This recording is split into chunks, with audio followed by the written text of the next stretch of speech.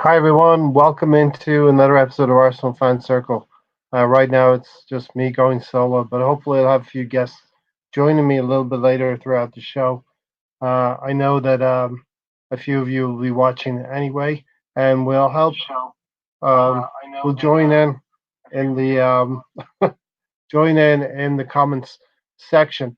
This is a gangbusters weekend, a trilogy of podcasts. So tonight is the first of three podcasts that we will be having um, throughout the weekend. So tonight, obviously, we're going to talk about the positives and negatives of our season, of Arsenal's season, and I've got quite a few footnotes, but everyone jump in with questions, comments, and all of that good stuff. Then I'm going to go on and talk about Ljungbergs' role in helping the youth players flourish, and then finally the third part of this show will be what we feel could be possibly the club's approach to the summer transfer window. So I do hope you'll get involved in the comments, um, make it interactive. Um, this is all about friends coming together, Arsenal fan circle, people joining in and asking questions and interacting about the club that we do love, as Mahir would say. And so, first of all, this is part one of the weekend trilogy. Tomorrow, we're going to have the realist come on the show with us tomorrow. So, I wanted to get that out there right now and tell everybody the realist will be joining us tomorrow. And on Sunday, we will have an action packed um, podcast also on Sunday. So we're going to cover a lot of topics to try and help you get some content out there and help you get through the interlull. So this is called the interlull stoppage. And to start off, we're going to talk about positives and negatives of our season. And I think I'll start with the negatives of our season. So, Tony Turner, thanks for joining me. This is the triple headed Hydra. And the first head is going to be Tina Turner. The second head is going to be the Predator. And I want to comment about who the third head could be. My nomination would be Hopes. But thanks for coming in, Tony, and joining me. Stand the man, the triple threat match. So you've gone all wrestler on me with that. So that's great. Let's start with the negatives and jump in the comments section and leave. If you're watching this on playback, I want you to leave your negatives for this season. We've had many negatives for this season. So let's start with the negatives. First of all, our league position, 10th place. I think all Gooners worldwide would not have thought that we would be 10th place right now in the league. It's a very disappointing position where we're in right now, but you can also take positives and negatives out of that. 10th place, and as Tony will tell you, we've drawn 13 of those games. On the positive side, we've only lost 6 of those games out of 25, but on the negative side, we've only won 6 of those games. Can you imagine Arsenal Football Club? By the beginning of February, we've only won 6 of those games, and that is astonishingly bad. To be following Arsenal like I have for many years, actually decades at this point, and at this point in the season, Arsenal's only won 6 games. You can count on two hands the amount of games that we've actually won this season so far. Very disappointing. And some of those games we may have actually lost. I'm thinking of the Aston Villa game. We won that in spectacular fashion. But that's a very much a negative for me. Our league position, um, and I'm anticipating that we could probably grab 6th place. But at this point, and I'll get further into it in the podcast here. Um, I'll get further into it in the podcast that um, we should actually do a bit better this season, but hopefully we don't flounder and get worse than 10th place. We have to probably get around 6th place. It's a double-edged sword as well. If we progress to sixth place, we're going to get into the Europa League qualification, possibly having to start playing games like Wolverhampton Wanderers have done this season in July. And that's kind of going to just mess with our transfer policy. And we'll get into transfer policy a little bit later in the show as well. Another negative, obviously, as I've touched on, as Tony will tell you, 13 draws. We've drawn way too many games. And it's just been um, you could predict every week it's going to be a draw.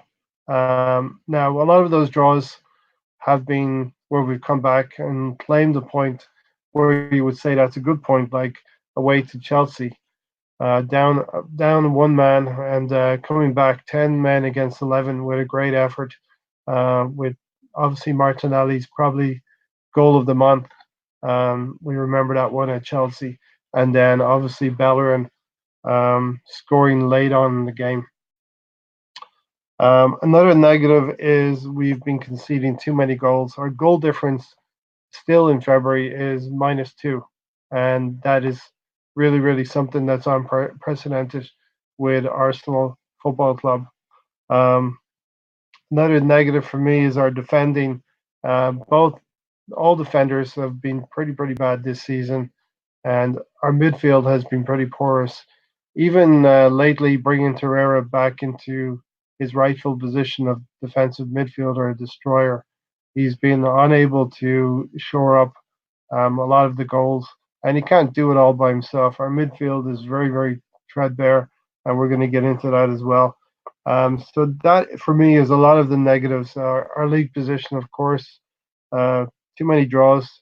If we'd have even if we'd have lost a couple more and won a few more of those, we'd be better off in the league, um, exponentially because of 3 points for a win. If we'd have won about four more of those games, we would be 8 points better off. So not good enough. Conceding goals, our defenders have not been good enough, and I'll get into that when we talk about the positives of this season. Well, let's just close out this section under negatives and cover some of your comments here. All right, so Tony has said the players are not playing for the badge and doing a mutiny under Emery, and we're going to get into all of that, Tony. Yeah, we're going to talk about the whole season because this whole season is going to cover three coaches right now: Unai Emery, Freddie Ljungberg, and Mikel Arteta. And I think Carl Cummings is taking a little bit of pity on me here. God bless you, fella, as being a Arsenal supporter, maybe, perhaps. But Carl, thanks for coming in. Do appreciate it. Um, Tony says shots allowed versus shots attempted has been dreadful, and that's something that has been really bad under Unai Emery. He almost wanted to implore the opposition to come on to him and try to give low percentage shots against us, shots outside the box, things that were not going to yield goals. I think that's what Emery's game plan really was. But in doing that, the shots against us was dreadful, like Tony said. In some games, we had 31 shots against us, and it's just not sustainable to do that. And Tony goes on further to talk about our draws. So we are the draw invincibles. I think we are four more away from the record, Tony, if I'm not mistaken. Stan the man, thanks for coming in and watching, Stan. Really appreciate all of the interaction here. The Xhaka substitution and all that came with it was a real low point for the club. Yeah, going back, that was a real negative. You're right about that. Thanks for highlighting that. It's something I hadn't covered uh, in my analysis here. Granit Xhaka leaving the pitch against Crystal Palace was a real negative. Created more and more of a divide between the fans and the players, and that's something that Mikel Arteta has worked hard to rectify and heal in a way. And I think recently I've already talked about the Chelsea game away from home. The players really stepped up there, and the fans really appreciated what the players were able to do on that night. So Mikel Arteta has gone on a mission to reconnect the fans with the players. But that was a real low point for the club. And in fact, the league position wise, we did dip to 13th in the table. I'm hoping 13th was our low point in the history of this season. Tony said, Stan the man, I still say Xhaka should never have played again. How long was Xhaka being benched for if Arteta was manager then? That's difficult to ascertain, Tony, because we are very, very.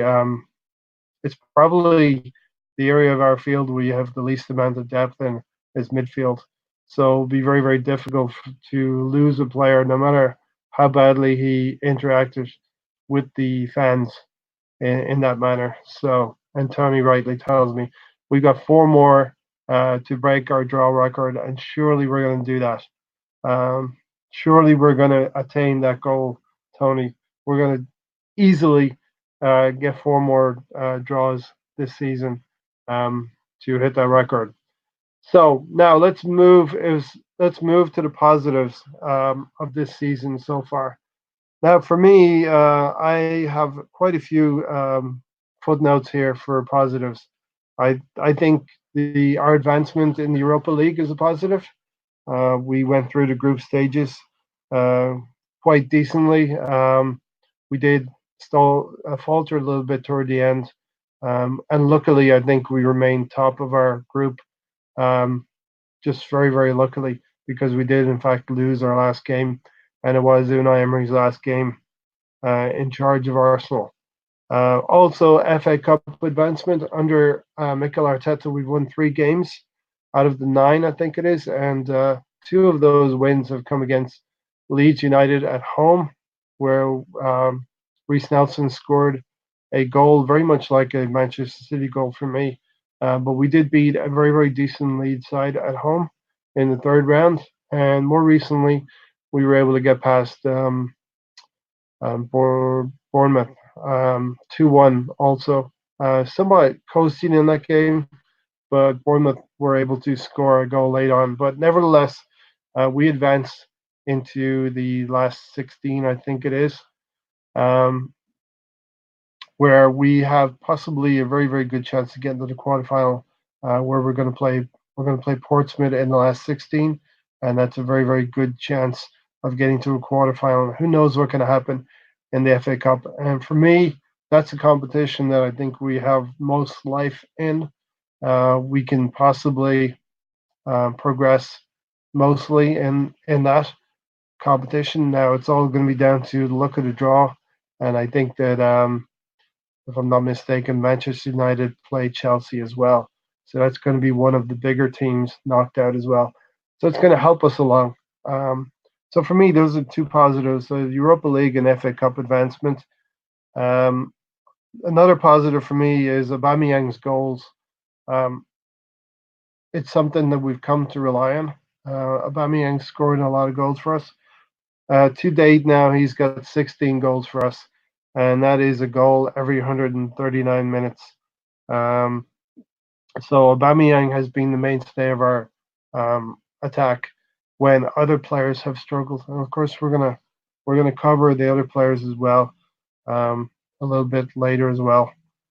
Martinelli, his emergence from me has been absolutely amazing, and I think Tony has said it here. Saka and Martinelli, and more of our youth have been the biggest positive of the season.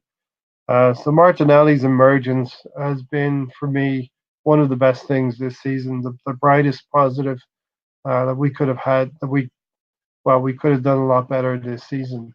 Let's put it that way. But as bad as this season has gone, we've unearthed a great talent there in Martinelli, and he scored 10 goals for us this season. Most of those goals have been in the Europa League and the League Cup as well. But 2 of those goals, most recently, have been in the Premier League. That shows me that this is a hell of a player. Martinelli is a hell of a player. Um, we can pick up gems, and gems can be found. um, abroad in Brazil and other countries like that. And we picked him up for 6 million. And we're going to highlight a little bit later how I guess the transfer fee does not um, tell you everything about the player because our record transfer fee for Pepe is 72 million, and he has struggled this season a little bit. Pepe has. But for me, Martinelli has been the highlight. I really, really liked his last two goals as well in the Premier League. That's showing me this is a player who can step up. This is a player who can play in the forward positions now. I did not like that he played against Burnley on the right hand side, and I think Arteta has found that maybe Martinelli should not play on the right hand side. And I have a little theory that I'm going to tack on at the end of this section. I want to pitch to everyone. Let me know what you think in the comments section. Let me know what you think in the live section. Um, but I have a little theory. I'll come up. I'll tell you that in a second. But for me, Martinelli's emergence, that goal against Sheffield United, when most other players would not be in the box, we have strikers who tend to fade out of the box. Lacazette's been coming more and more toward the center circle. Aubameyang may have been in that position, but being suspended against Sheffield United, Martinelli was in that spot to put away that goal. And we all know what he did against Chelsea, running the length of the field. Had a little bit of luck with a nice bounce with where Kante missed him and almost tried to drag him down. But yes, Martinelli is a been a big part for me this season. Another thing that you said in the, I think Stan Antonio said in the comments section here is Saka. I think Saka has taken a big step forward for me. It's another positive. I looked at his first couple of games and I wondered if he was a little bit out of his depth. If we all remember back to that goal we conceded the first game under Mikel Arteta against Bournemouth, a 1-1 draw, and the goal came from his left side. A little bit of innocence or naivety as a defender. Let's remember he was starting out as a left winger, and to adapt to being a left back or a defender, being defensively minded and trying to keep in line with your central defenders and keep that offside trap valid. It takes a lot of work, and yeah, he did get caught out against Bournemouth in that game, in the first game. And I also remember when we lost the game against Chelsea, right in the dying minutes, he was caught out trying to go too far forward, and Willian actually got ahead of him on the pitch, and that turned out to be a vital mistake on many parts. Mustafi, one of them, but also Saka was out of position for that. But for me, he's done a lot more good things than bad. 3 goals already. He's only just been playing probably 10 games for Arsenal, and he scored 3 goals. The one that I remember Saka scoring against Bournemouth in the FA Cup, a fantastic shot, played in on the left hand side, but I think it was Martinelli or Lacazette at the time. Chose to take the shot up into the roof of the net, and for me, Saka has taken a big step forward this season, so he's another positive for me. In general, another positive for me is the young players just getting playing time. Now, the club made a conscious effort this past summer to move players on, um, Mkhitaryan and Iwobi, wingers especially, and some midfielders. And again, a reference that we've been a little bit light in midfield, and it's been because of the young players. For the most part, they've been thrown in at the deep end a little bit, particularly under Unai Emery, which some news that's coming out. I think most of you might have seen that Bernd Leno clip where he said Unai Emery's dressing room was a little bit chaotic, and he was mentioning that Mikel Arteta has actually brought some order to the chaos, and it feels more like a team now. And you're going to hear more and more of these things coming to the fore as the players talk and open up more about what was going on under Unai Emery. All right, so let's just get into some comments here. Stan had said Martinelli and that goal against Chelsea. has been a massive positive. Um, Saka excelling left back as well. Tony's saying Saka, Martinelli, and more of our youths has been the biggest positive of the season. Alexis Sanchez, he is Alexis Sanchez without the negative attitude, and I could never see that kid have the attitude that Sanchez had. Don't get me wrong, Alexis Sanchez was a great player for us. I think he just got frustrated at the maybe the lack of ambition of the club, the lack of trying to press like he would always try to press in the forward positions, and other players were not interested in doing so. And I think under Arsene Wenger, there was a lot of cushiness going on with our squad, and players just got into this habit of being just existing at the club and living the high life without actually being ambitious or wanting to go that extra step and actually winning something. So yeah, that was Alexis Sanchez, and I think Martinelli's got an absolutely great attitude. I understand he's the first on the pitch, on the training pitch, and the first off the training pitch. He treats the game right. He treats his body correctly as well. Doesn't drink any alcohol. Doesn't is not out on the beer. He's not going to abuse his body at the young age of 18. Um, I think he drinks nothing but sparkling water. I understand, and he understands what is needed and to be at the top and to get to the top. And he's starting to do that with Arsenal. And I think he has been a huge positive this season. Now, the next positive for me is William Saliba. The club went out last summer, and I was happy to get him because we knocked Spurs off of that pursuit. Um, William Saliba is a generational player who is growing up as a kid watching Arsenal win trophies, watching a lot of the French players and a French coach and manager winning trophies and having success. And this is somehow sometimes the way Raul says when the Arsenal knock, it's a different kind of knock. So William Saliba has been wanting to play for Arsenal as a child, and this now will um, realize his ambition and become an Arsenal player next season. But in order to get William Saliba away from Spurs, we had to broker a deal in terms of paying a certain amount of a transfer fee and letting him stay with Saint Etienne for the season. Tony will tell you that he hasn't played too many games, but he has had a couple of decent games. Um, a lot of people don't rate the French league, but to get playing time in any league is indeed a good thing. And I think William Saliba is learning on the job at Saint Etienne. And I think we are going to reap the benefits of that next season. So I'm seeing a lot of things that are broken this season that possibly can be mended for next season. And all these parts come together. And I think William Saliba will help us at central defense and will be a player for us next season. It remains to be seen whether he's going to go right into the team and start, or if we are actually going to go big in the summer transfer window. But we'll talk about that a little bit later in this show. But for me, William Saliba is a huge positive in the fact that he is getting playing time at Saint Etienne.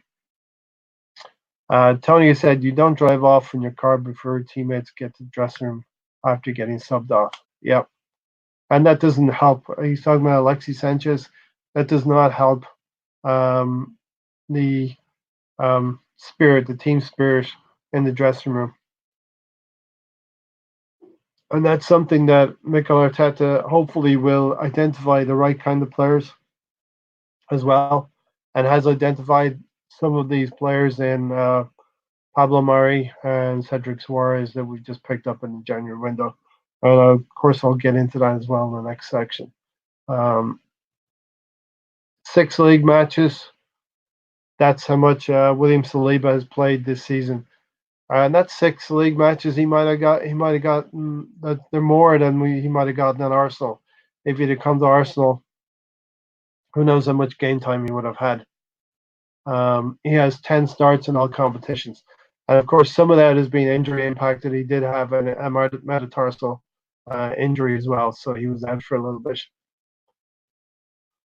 Now, another positive for me, obviously, maybe was heralded, and everyone was kind of happy with this, was a change of coach. We changed from Unai Emery back in late, maybe early December. The change was made, and we transitioned to Freddie Ljungberg, who was already there in the first team coaching setup, and he knew the young players. So we transitioned from Unai Emery to Ljungberg, and then eventually to Mikel Arteta. I think it was always maybe on the cards that we've been talking to Mikel Arteta, and we had to wait till after the Manchester City game to finally get him on board. But now we have Mikel Arteta. We're 9 or 10 games in, and things are starting to blossom. Things are starting to change. Um, we have a lot of draws, yes, but we haven't lost any games but one against Chelsea at home. And Stan has said, I think it's a blessing that Saliba hasn't been in Arsenal this season with all of the upheaval of managers at his young age. I think that's a good point, Stan. And I understand you're getting over a flu as well and a cold, so uh, get better soon. And we'll have you back on the channel, of course.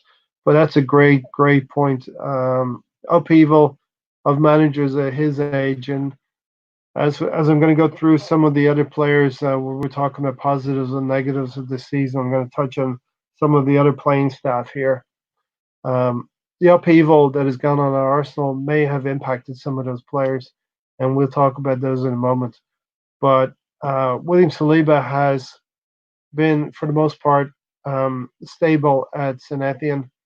As a young player, he's been able to stay with his team and continue playing with the knowledge that he's going to come to Arsenal at the end of the season. I think that's been a good thing. Stability is a good thing for William Saliba.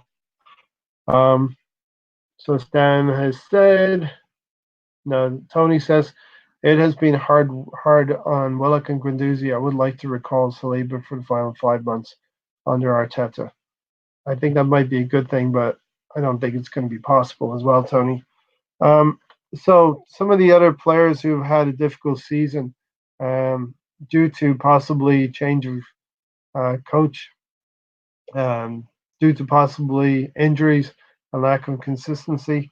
Um, Most of our defenders have actually struggled with injuries and definitely lack of consistency. Um, I think David Luiz has struggled at the beginning of the season. I think he's shown his best stuff coming forward with Arteta, and being able to do the things that he likes to do on the field may have helped. He's able to spray the ball around. Other players that have struggled, I think Socrates has struggled this season. Of course, Tierney has been injured a lot of the season as well, and so left back position has not been kind to us this season, as is right back for most of the season. Hector Bellerin and Tierney have been injured, so it's been a difficult season injury wise for our fullbacks, and lack of consistency for our defenders. Other negatives are our midfield have been pretty much overworked and undermanned, as I mentioned earlier. Torreira started the season. His head was wrecked a little bit by Emery playing him in an advanced midfield position. I think to be able to score goals against Liverpool and Anfield twice shows the qualities that Torreira has going forward, but he has better qualities staying and anchoring our midfield and being a destructive force, taking the ball away from players as they try to come through. And I think Granit Xhaka has suffered from Torreira being played out of position and being exposed. We saw all last season Torreira basically making up for the deficiencies of Xhaka. And I think that our midfield has been very much overworked. Overworked. Willock, Joe Willock, I think he's been a victim of lack of consistency.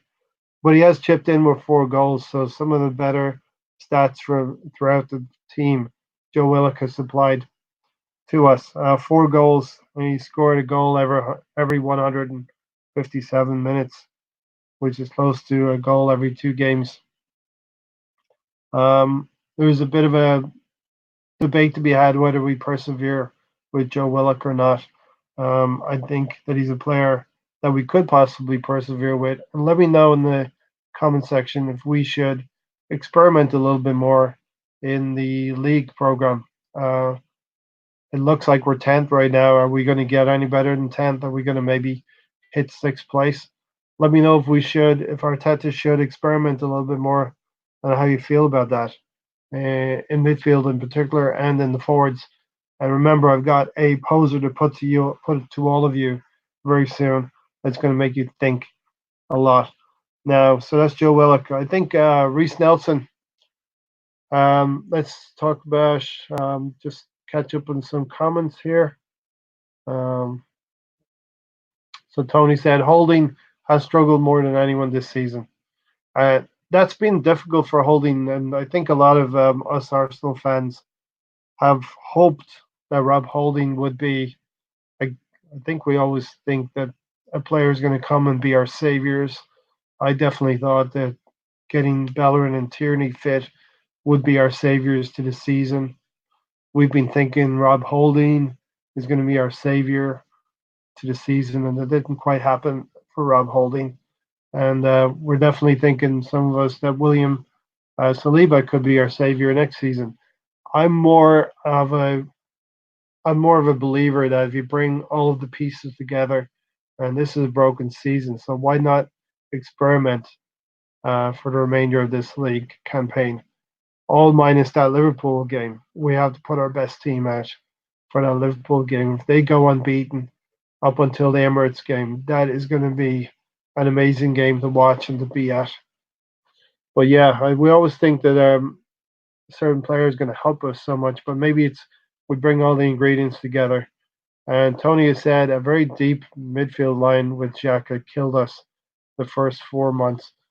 Yeah, so Emery was very, very cautious and set up cautiously, and players know if the strengths of every player that's going on the pitch. They know that if the team is set up defensively, then they're going to act defensively and try to, stop the hemorrhaging pretty much.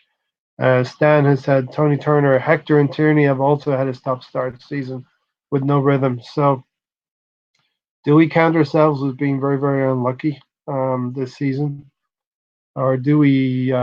Is this something that's going to continue throughout the season for us? Because we always seem to have injuries, and I'm just hoping that we can eradicate these injuries. Let's call the league campaign uh, something we could experiment in, and move on for next season with a clean bill of health, and start with a real top 4 target next season. So Tony has said Willock is a victim of team chaos. Again, yes, young players, and the club has decided to go really young this season, casting off those players that we could cast off that were on very good wages. Mkhitaryan, I'm thinking about. Unfortunately, Aaron Ramsey, for me, he's a player I would have liked to have kept. Um, but that has been a debate that we've mentioned many times. But for me, I would have had Ramsey here, even if he would have been only able to play half of the league games this season. Aaron Ramsey, for me, is the player we're missing in midfield.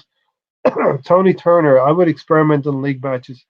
I tend to agree with you, and I'm going to put a poser right now to you and this might seem off the wall, but I was thinking about this, Stan and Tony, whoever else is watching, and in the comments section. Way back in the day, Arsene Wenger took a winger from Juventus and transitioned him into being a striker, a winger called Thierry Henry. Arsene Wenger did that. He took a winger, and that was something Wenger used to do. He'd have players play on the wing so they get used to being able to beat players. Now, here's my poser. I was thinking about Nicola Pepe. He's a similar kind of player. He's a winger. He's able to take players on. You would, I'm going to get killed for this comparison, but you would think he's almost Henry-esque. And I'm just waiting for everybody to start typing on their keyboards now. You would think Pepe is almost Henry-esque in the way he moves, body build, all of that good stuff. And could he possibly transition to be a striker? We need to kickstart Pepe. He's been one of the negatives this season. Well, for me, he's been both positive and negative. We've seen flashes. He's one of those players that's struggling. Could Arteta possibly try Nicola Pepe as a striker? Would that be something that would reap dividends for us? Thierry Henry, it took 10 games, 9 or 10 games to start scoring goals for Arsenal. Transitioning from a winger in that first season when he came to Arsenal, Arsene Wenger turned him into a striker. Do you think Nicola Pepe could do that? We need to get Nicola Pepe closer to goal. He has that ability to beat players, and he has that ability to go past players and being able to go past players and being closer to goal as a striker, or even playing in that hole behind the striker. He could be that could unlock him.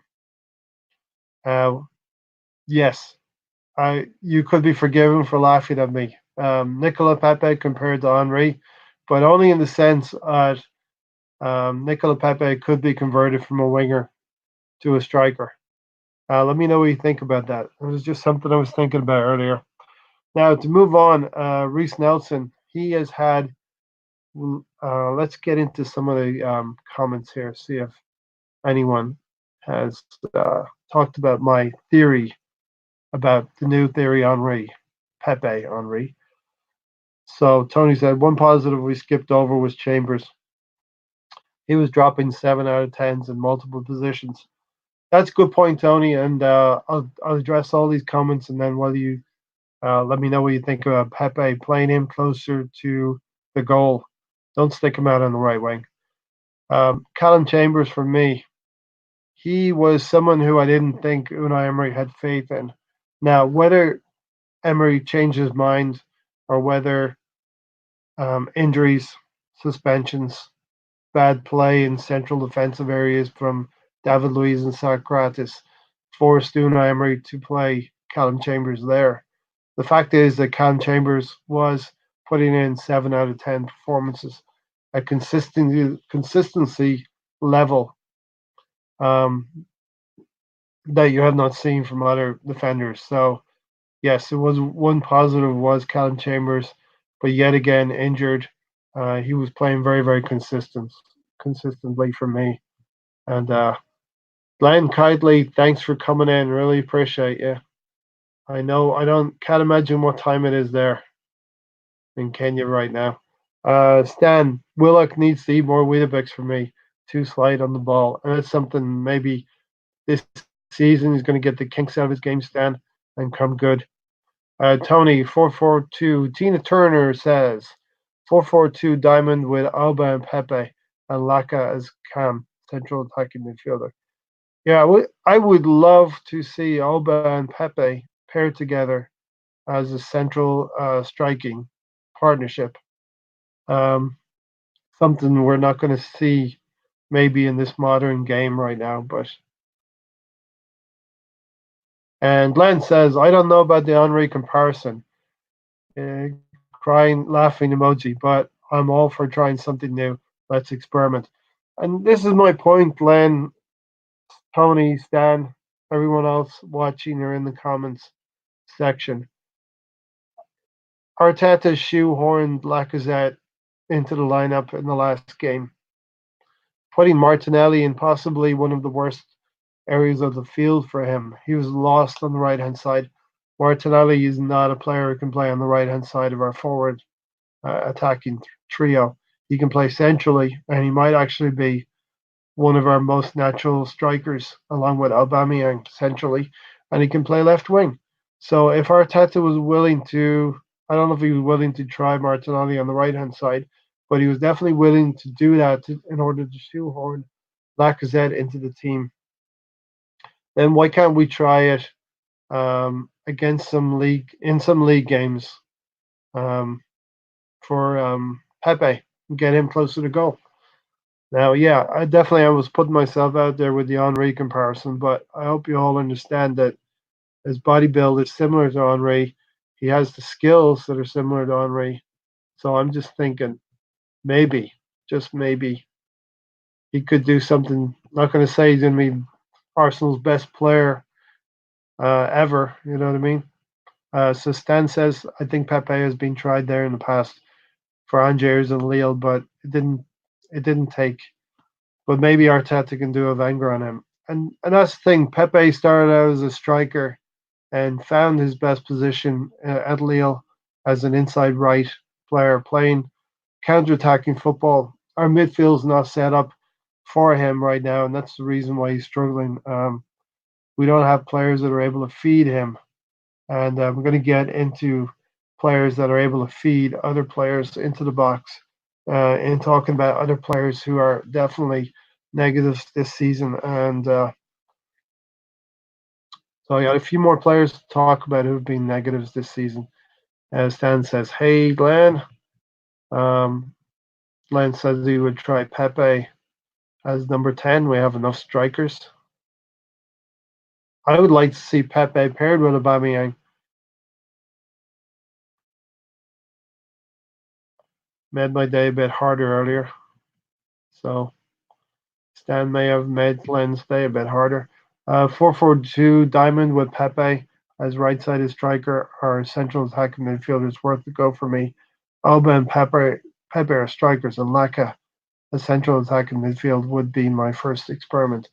For me, Tony, I would probably drop Lacazette completely. Go with a forward line of Martinelli, Aubameyang, Pepe, and try to get some creativity from Ozil or Ceballos as that central attacking midfielder. Glenn, big up to Glenn. 5 a.m. there. Thanks for joining us. Really appreciate you, mate. And my next player that I'm going to talk about is Ceballos. Definitely struggled this season. So what do you think about Ceballos? You can drop in your comments and just catch up in the comments here.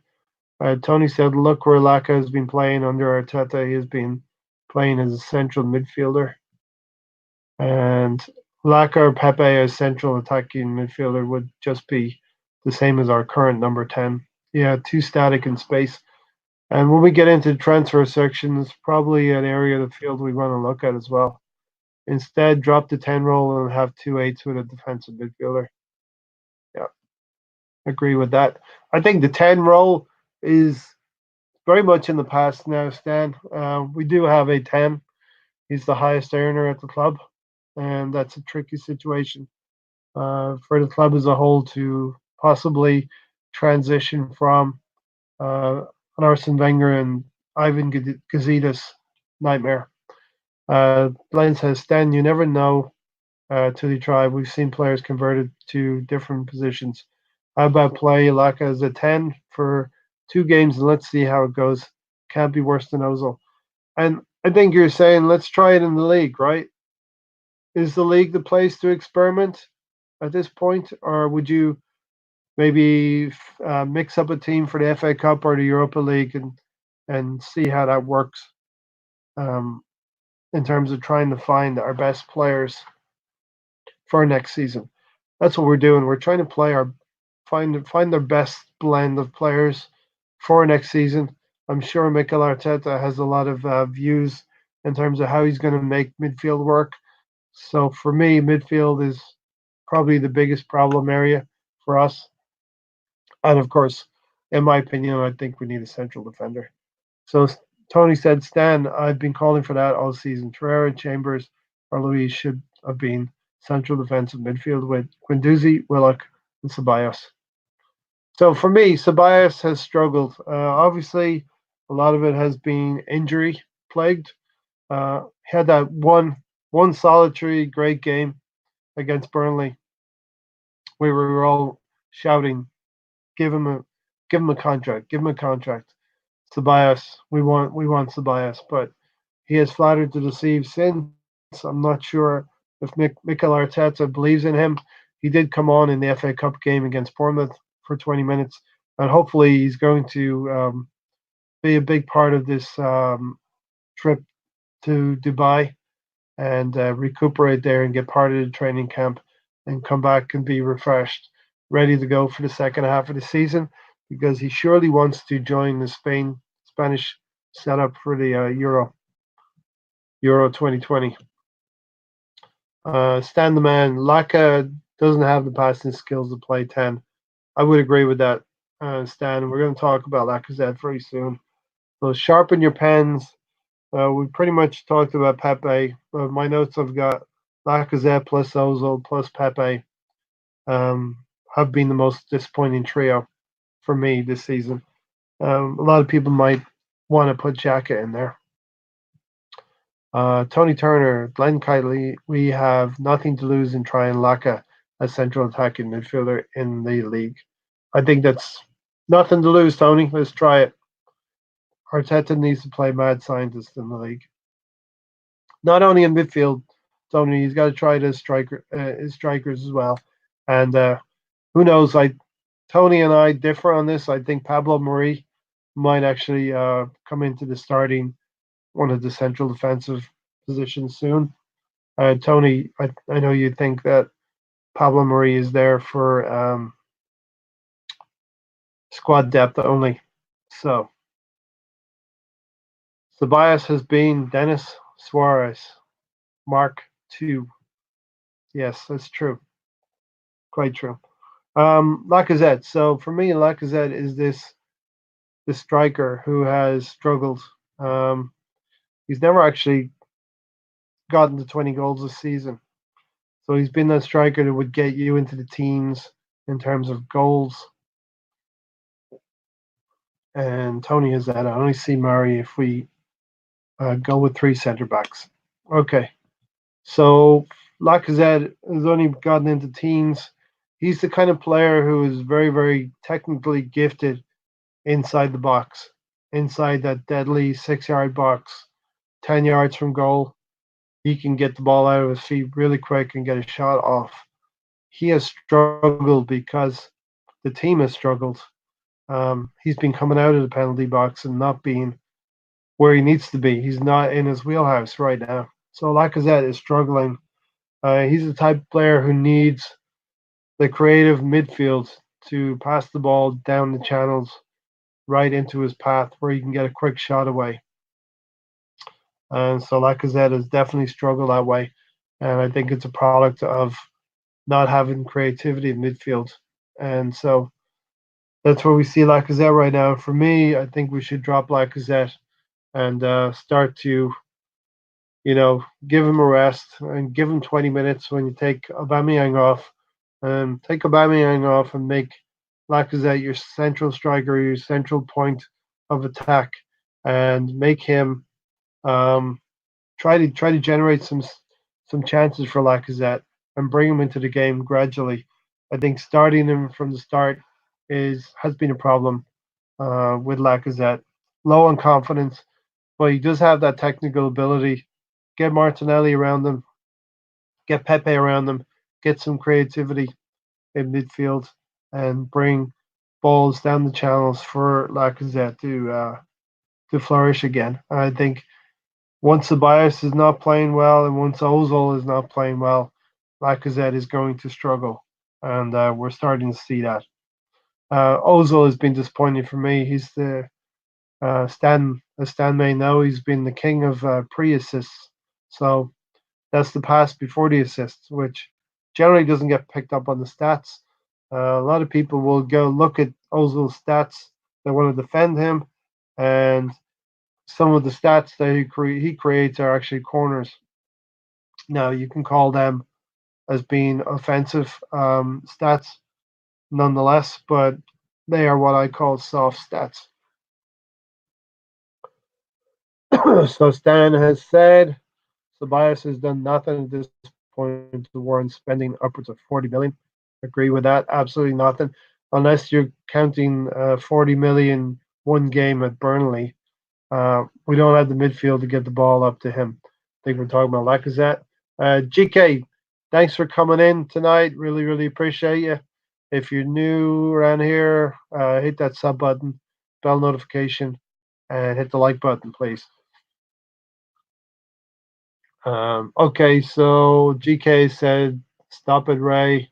I don't know which part I was, what I was saying. Oh, okay. Not, not trying to hear this pre-assist stuff. You didn't come in here to hear about pre-assists. No, that's something that Stan and I have as a running joke. So I'm not a believer of pre-assists. Want to assure you of that.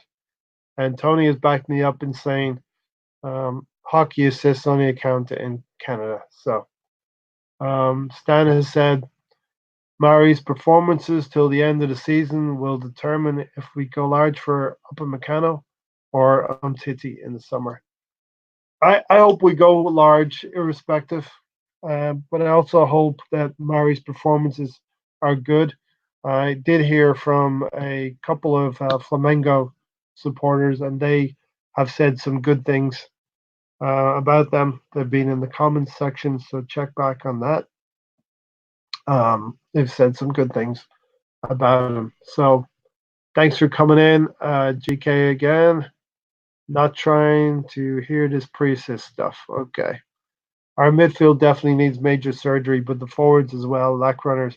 So, GK, I'm going to give you the opportunity to let me know what your positives and negatives have been for this season. Before I move on to the next section, I want to talk about Ljungberg and how he's helped with transitioning the young players into the team. So, Pepe and Laka are not intelligent in their runs. True, true.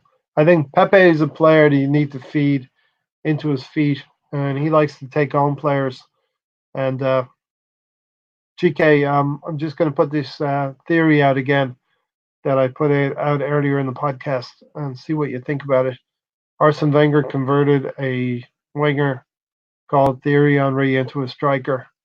I was thinking about this, and do we need to get Pepe closer to the goal where he can use his skills to get shots away? Could Arteta possibly have some joy in converting Nicola Pepe into the striker role? And should we experiment with that through the league campaign? So let me know what you think about that. So that has been the positives of our season and the negatives of our season.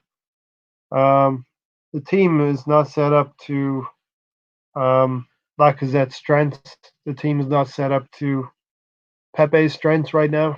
So there's a lot of things where we look at the team and we have good players.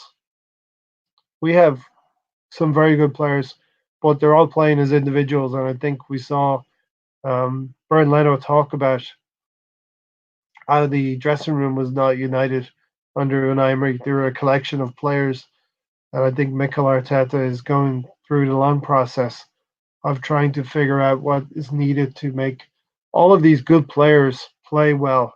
And it's going to be hard for him to do that because we need certain players in midfield that are going to spark Pepe, and we need good players that are going to help get the ball into Lacazette's feet so he can score more goals and get into the 15, 16, 17 goal range. He's never going to be that 20 goal a season right now. I don't think so. So GK, positives are Martinelli, Saka. We've bought a front three, spent nearly 200 million on them, and we are 10th.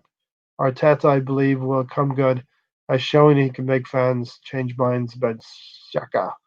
All right. And I'm going to give you a second to give the negatives, and we will highlight your negatives. But we're going to move to the next section. And the next section is the role of Freddie Ljungberg in helping youth players flourish. So we were all suffering under Unai Emery, and for some reason, all of the fan base could see what Unai Emery, in general terms, was not doing correctly.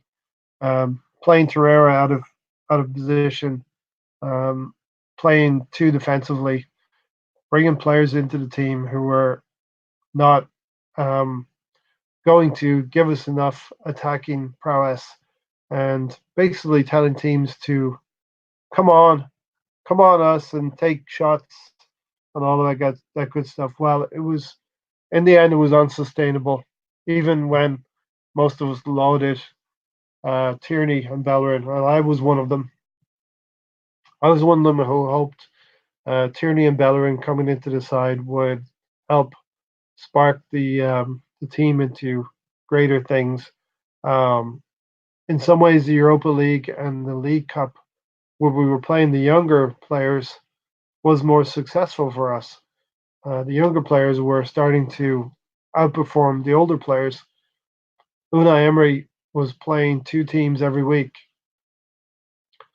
Now, whether that's a good thing or a bad thing, I don't know, but he was playing the young players in the Europa League and the League Cup, and he was playing the established, um, bigger players in the league, and they were not performing in the league. Now, the level might be a little bit different between the league and the Europa League, but nevertheless, Unai Emery was doing a lot of things wrong, and we were conceding goals at a really astonishing rate. Um, I don't even want to look at. We were on course for 60 goals, conceded at one point in the season. Um, so Unai Emery, it became unsustainable, and he was sacked. Freddie Ljungberg came in, and I think took he did a very admirable um, job with the team. He took about 5 games with the Arsenal, winning one of those games at West Ham, kind of a breakout performance where the team clicked for 10 or 11 minutes, gaining a few draws as well at Norwich away from home. Um, Again, we were unlucky with some of the VAR decisions that went against us and some things that went for us. But I think the role of Freddie Ljungberg was very instrumental in helping the young players. He knew their negatives and their positives again, and he knew what made them tick. So Freddie Ljungberg did an admirable job of transitioning from Unai Emery to Arteta. In some ways, when you think about it, going from Unai Emery to Freddie Ljungberg to Mikel Arteta was a very, very, I'm going to say, while it was chaotic, it was probably the best transition that we could have made given the circumstances. Um, Bringing the young players in, and I think that Mikel Arteta has sort of embraced that. Now, let's get to some comments here. Stan the man, Bernd Leno is a giant positive. That was money well spent. Just look at Kepa, and of course that goes without saying. So I thought about whether I should highlight Bernd Leno or not, but he has been a really really big positive for us. I look at players like that are performing well for us in the team, and I really really hope that we can augment the team and help players like that achieve successes in terms of winning trophies because we can't waste a player's career like that. Bernd Leno is a really good goalkeeper. Does he have a mistake in him? Yes, he does. I think he obviously one against Chelsea was really really a bad mistake for him. Goalkeepers are going to do that. It's going to be tough for goalkeepers at times. They get hung out to dry. The youth looked good under Emery and was his biggest positive. And I think a lot of people forget that Unai Emery did play a lot of younger players, particularly in the Europa League. But I think, Tony, it's also a consequence of the club selling Iwobi to Everton and sending Mkhitaryan out on loan to AS Roma. So we were in many ways forced, and that's not a bad thing, forced to play some of the younger players. Now, GK, negatives, Obez contract situation, lack of goals from the three. We have not enough quality and depth or starting 11. Think our recruitment is poor. Honestly, don't blame Kroenke for not investing. We're going to get into Kroenke and all that good stuff in part 2 or 3 of the trilogy. So stay tuned. We're going to have podcasts. This is the first trilogy of the weekend. Second trilogy tomorrow. We'll have the realist in with us. And on Sunday, we will do the final part of the trilogy. Something to help everybody get over the interlull stoppage. And football will be back next week for us Arsenal fans. So, the Alba contract situation.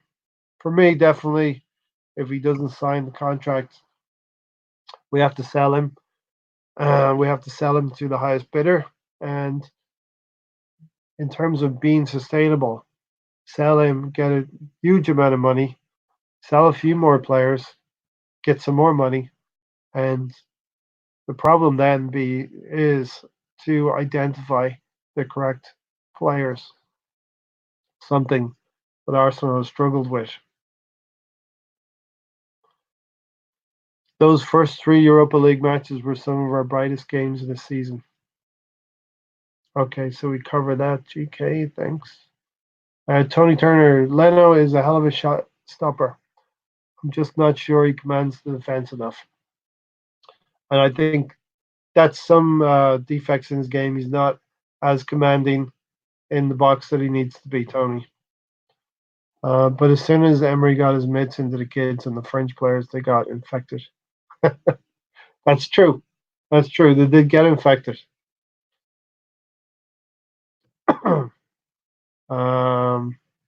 Leno is still at an age he can improve. Correct. Leno is 27, which in goalkeeping terms, Stan, is hella young. Hella young. He can go for another 10 years plus. GK's put supposedly footballing men to make these decisions. Recruitment, scouting, all is poor. We need to stop overspending on players that are second, third, breaking the bank. Yeah, and this is recruitment now is going to be very, very important. People talk about a sustainable model. We've actually spent a similar amount of money to Liverpool over the last 4 or 5 years. Look where they are. They've managed their money a lot better than us. Almost all of their signings have either been squad strength and depth or actually playing in the team and performing well.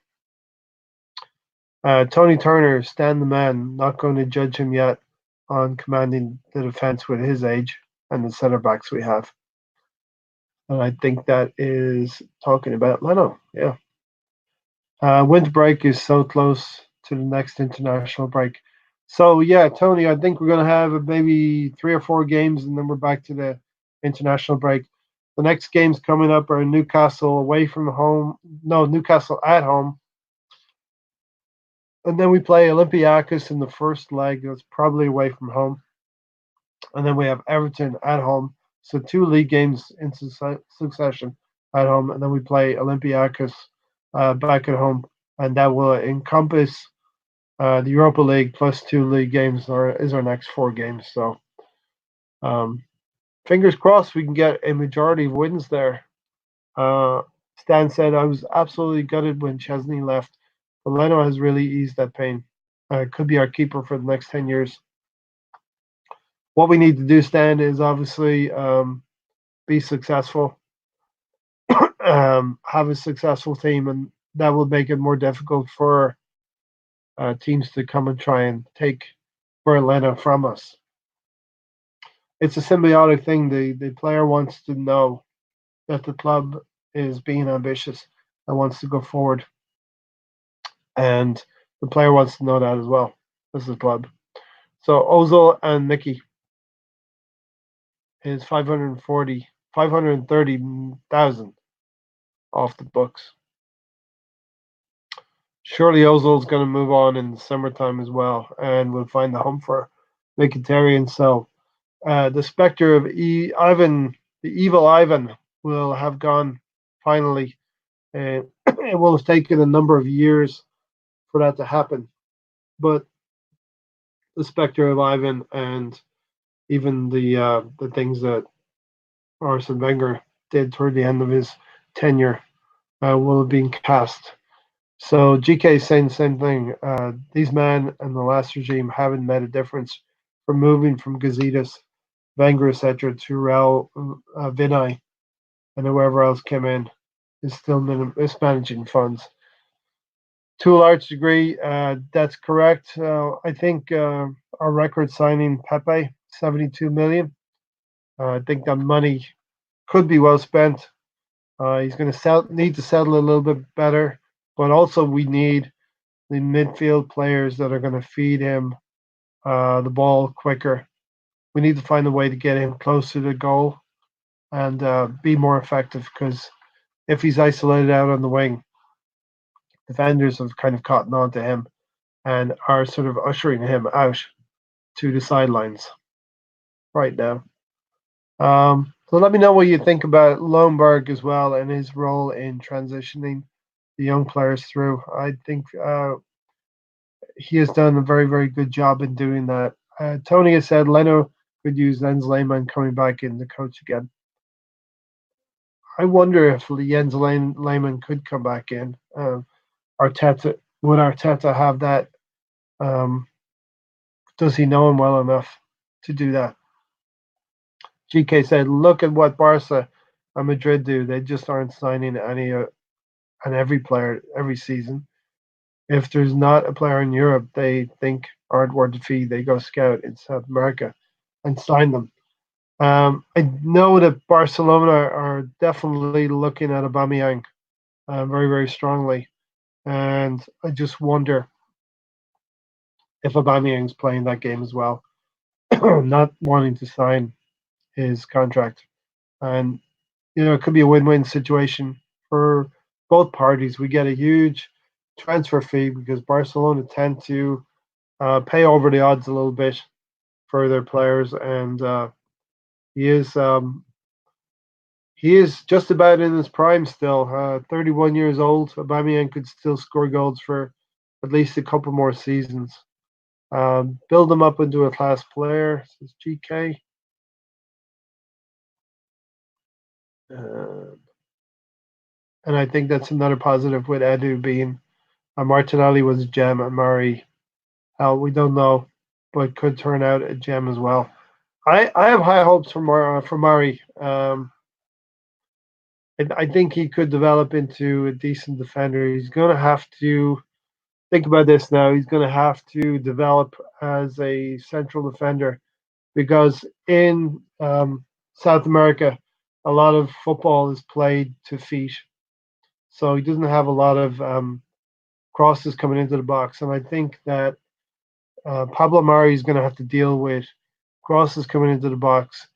He's going to have to deal with the English style of play. You still have some central strikers out there who will want to put it about, like a Burnley, like a Chris Words from Burnley. They want to put it about a little bit. Southampton and players like that. All the teams have strikers. Tammy Abrams, although we're probably not going to meet Chelsea again. These are players who are going to test Pablo Mari in the air. And we're going to see how he is able to adapt and deal with that, because you can be an established player in one country and with a style of football that you're accustomed to, like a continental or South American style. The Italian league, for instance, it's a little bit slower, and players need to they're going to have to come into a new country and adapt to the way of play in that country. And we all know the English Premier League is a little bit helter skelter and Pablo Mari's gonna have to first of all maybe see that in the flesh, the games while he's sitting on the substitutes bench, and then he's gonna have to come into the setup and play play the aerial game, which might be something new to him as well. I think positionally he's a good defender. I think he's got some speed. He likes to tackle and he's strong, and he is pretty good at distributing the ball as well. Gazetas and Stats DNA should go away soon. Oh, all the yells from that should go away soon. Thanks for that, Tony. I hope everybody's enjoying the podcast.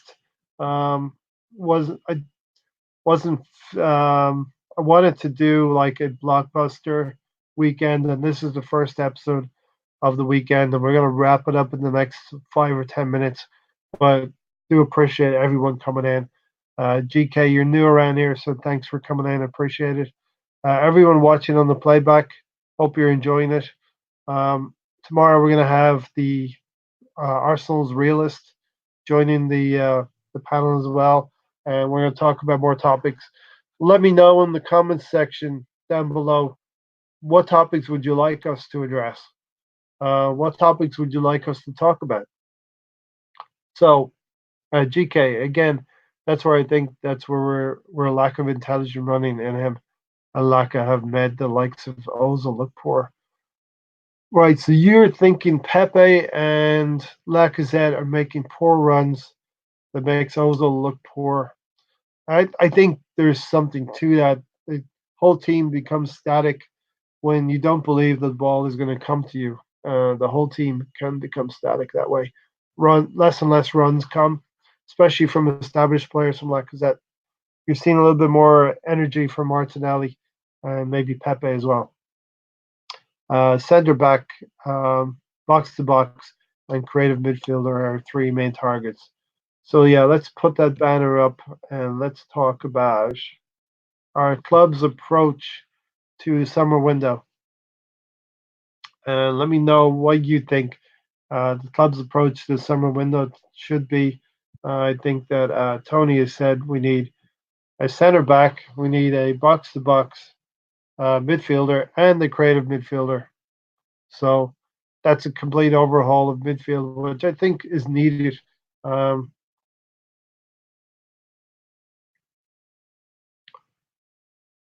uh, Here we go. I think Alba is definitely one of the few top strikers in Europe, but not world class.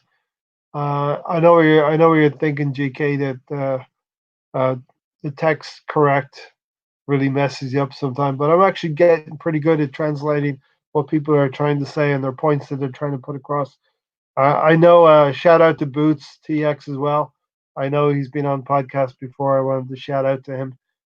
He has had difficulty in trying to keep up with the conversation in terms of typing as well. So I appreciate all the effort you're putting into putting comments out here for me to review. So it's one of the top strikers in Europe, but not world class. World class is a term that is very subjective. What do you call world class? Can there only be 5 players in the world that are world class?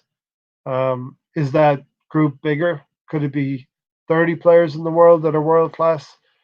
Because if it's 30 for me, then Aubameyang gets into that top 30.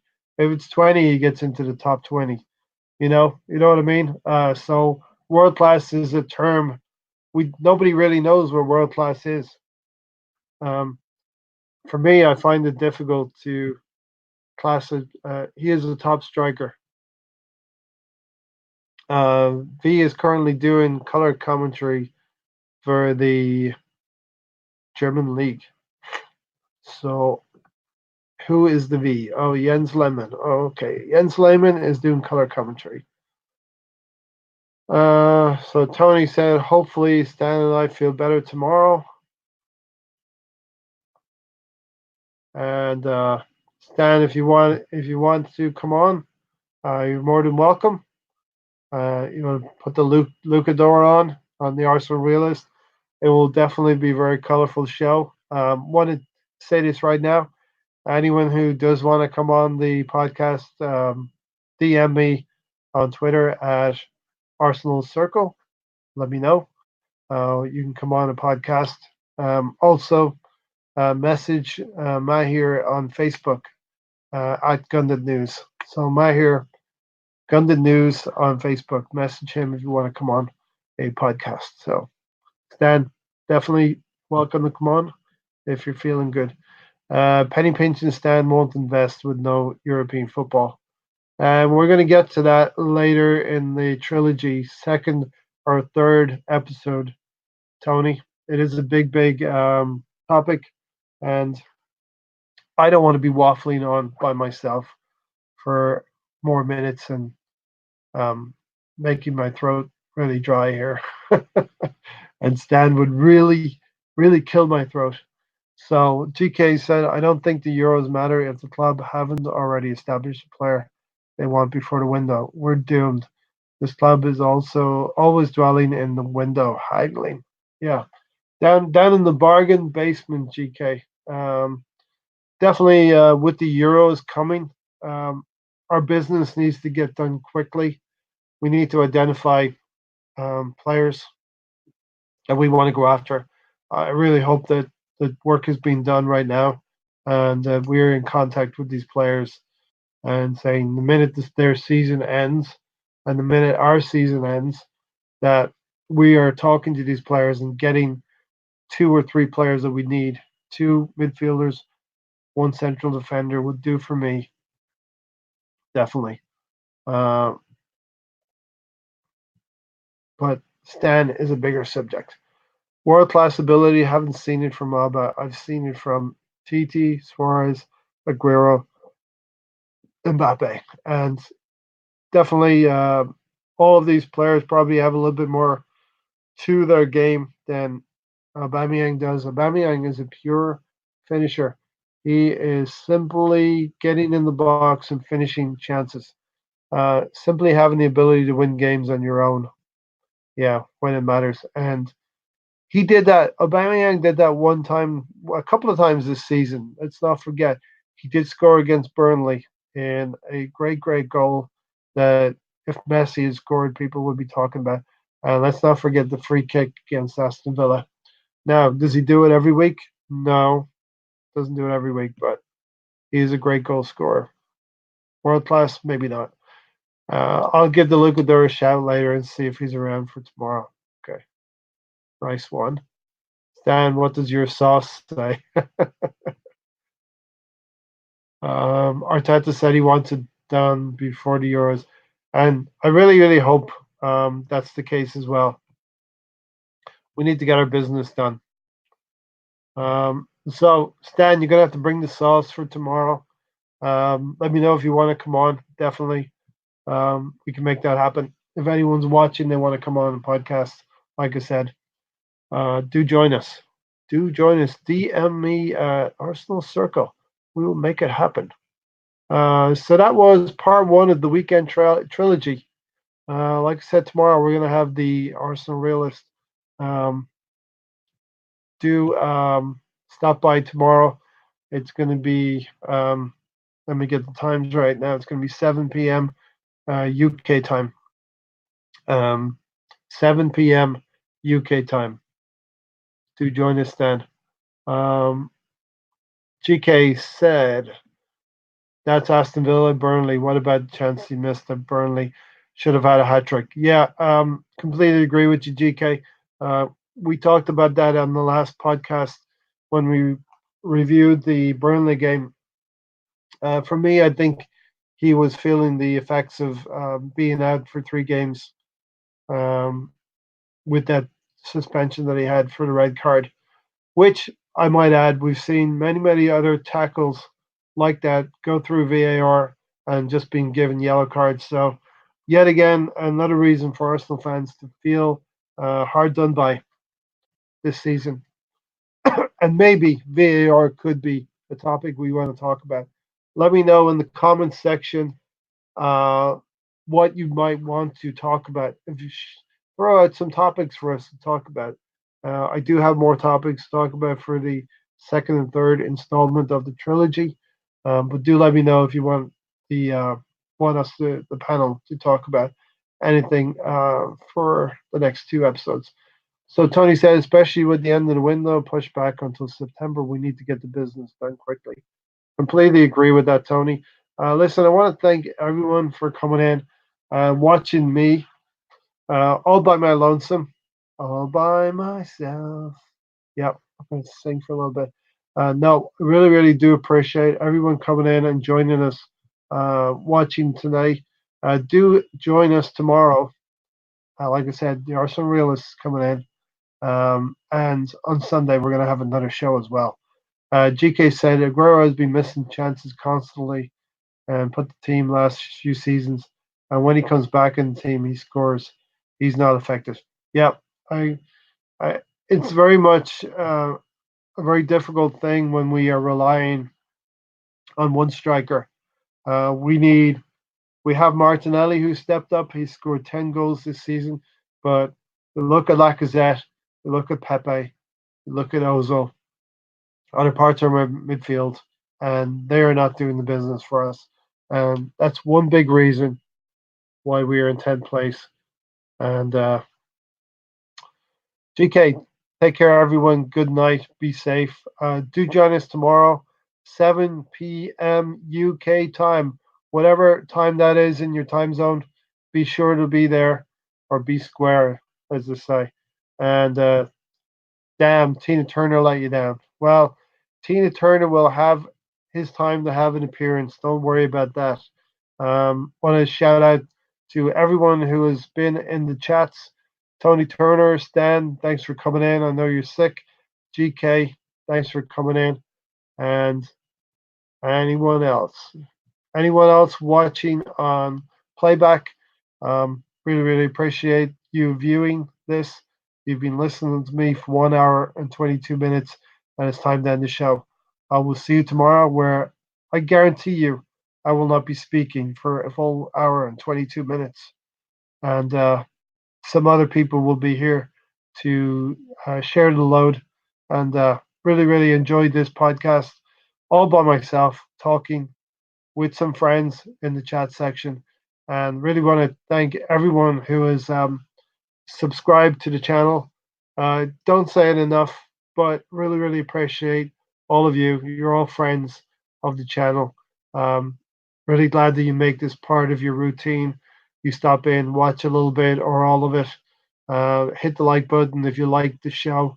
Really, really appreciate it. Um, Getting close to 200 subs now, so really, really would like to push over 200 subs this weekend. That would really be something very, very nice. And hopefully, if you have an opportunity, please share the content as well. If you want to share this channel, this video, this podcast, or share another one of your choosing, share it on your social media. Really, really, really, really would appreciate the exposure. Get the Arsenal fan circle out to all Arsenal fans all over the world. And the Predator killed off hopes. He's struggling somewhere, laying around on his sofa, and the Predator has been stalking him, Tony, and finally got him. Anyway, until tomorrow, come on, the Arsenal, up, come on, you Gooners, up the Arsenal. Until tomorrow, we'll have the realist in the house. Thanks for watching, everybody. Until then, we are out of here.